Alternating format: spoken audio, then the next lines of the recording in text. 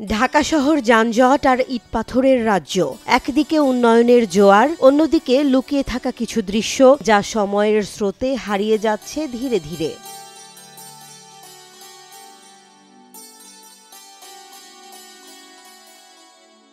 মহাখালী আর গুলশানের মাঝে যে লেকটি, সেখানে আজও আধুনিক কোনো সেতুর ছোঁয়া লাগেনি। তবে সেতু না থাকলেও ভরসা হয়ে দাঁড়িয়েছে ছোট ছোট কাঠের নৌকা আর মানুষের ভরসার মাঝিরা। দিন-রাত ২৪ ঘন্টা চলে নৌকা পারাপার। নৌকাগুলো যেন লেকের বুকে ভাসমান জীবন যুদ্ধের সৈনিক। প্রতিটি পারাপার ৫ টাকায়, আর এই টাকাগুলোতেই চলছে মাঝি পরিবারগুলোর সংসার।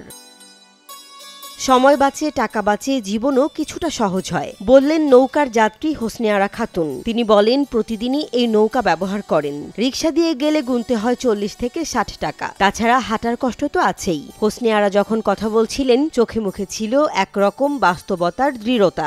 ১ বছর ধরে যাইতাছি, আল্লাহর রহমতে যাইতাছি, বই পাই না। সুবিধা দেখে তো যাইতাছি, আরো এই মেজা গেলে আমরা সুবিধা কি সময় কম লাগে। নৌকার ওপরই দাঁড়িয়ে এক ব্যক্তি, নাম আব্দুল মতিন। ১২ বছর ধরে তিনি এই রুটে নৌকা পার হন। বললেন, প্রথমে ১ টাকায় পার হতাম, এখন সেটা ৫ টাকা হয়েছে। তবু এখান দিয়েই যাই, কোনো ভয় নেই, অফিসে যেতে দেরি হয় না। এই ঘাটে আমি আজ ১২ বছর ধরে পার হচ্ছি। না, এমন কোনো ঘটনা হয় না আমার সামনে। না, আমি নৌকার দেশের মানুষ।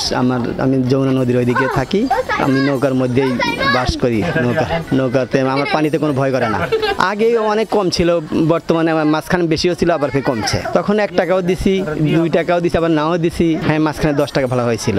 এখন কত টাকা? এখন ৫ টাকা নেয়। নৌকাতে দাঁড়িয়ে থাকা তরুণ হাসান আলী বলল, আমরা এখানে সবাই একসাথে থাকি, কেউ কাউকে ছোট করি না। ঝামেলা নেই, বন্ধুত্ব আছে, আছে নির্ভরতা। আমি আছি ৩ মাস ধরে, কোনো নৌকা কোনো সমস্যা হয়নি। দুর্ব্যবহার বলতে কোনো দুর্ব্যবহার নেই, নিজেরাই সব নিজেরা। নৌকার হাল ধরে থাকা এই মাঝির নাম সজীব হোসেন। তিনি শুধু মাঝি নন, একজন মানবিক মানুষ। তিনি বলেন, সবাই টাকা দেয় না, কেউ বলে পরে দেবে, কেউ দেয়ই না, কিন্তু আমি কাউকে ফেলে যেতে পারি না।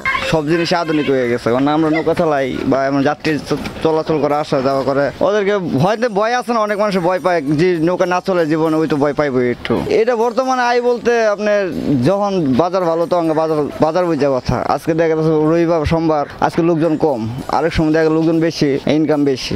বর্তমানে একটা নৌকার মধ্যে আপনি 20 জন লোক উঠতে পারে, বড় নৌকা হইলে। আর যদি ছোট নৌকা হয় তাহলে 15-20 জন, 15 জন 16 জন এরকম। আগে ছিল 10 টাকা করে, যখন আওয়ামী লীগ সরকার ছিল তখন 10 টাকা করে, তখন বিএনপি সরকার সরকার মানে আসে না, যখন 5 টাকা করে ভাড়া উঠতে করেছেন, 5 টাকা করে নেওয়া। তো মানে যেরকম পরিস্থিতি চলতেছে এরকম চলতে হবে আমাদের, যুগের সাথে তাল মিলিয়ে চলতে হবে, নাহলে তো কোনো উপায় নেই। না, বর্তমানে যে পরিস্থিতির কথা বলেন আপনার, যেমন রিক্সা চালাইতে পারে, এখনকার রিক্সার যুগেও কিন্তু অনেক ঝামেলা। দেখা যাচ্ছে আজকে এই কতক্ষণ আগের ঘটনা, আপনি বনানী ব্রিজ যায় দেখলে বুঝতে পারবেন যে কি হইতেছে রিক্সার জগতে।